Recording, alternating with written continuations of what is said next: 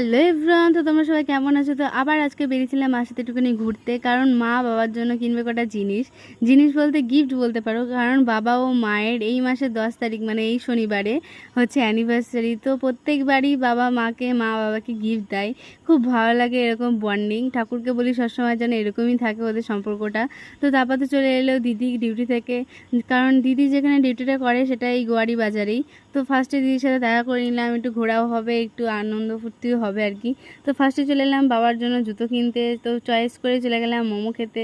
মোমো টোমো খেয়েই চলে এলাম বাবার জন্য আবার এক কটা গেঞ্জি আর প্যান্ট নিতে। দিদি চয়েস করছিল, কারণ আমার চয়েস অতটাও ভালো না আর কি। তো তারপর চলে এলাম একটু আইসক্রিম খেতে। তো গরমকাল, আইসক্রিম না খেলে তো হবেই না।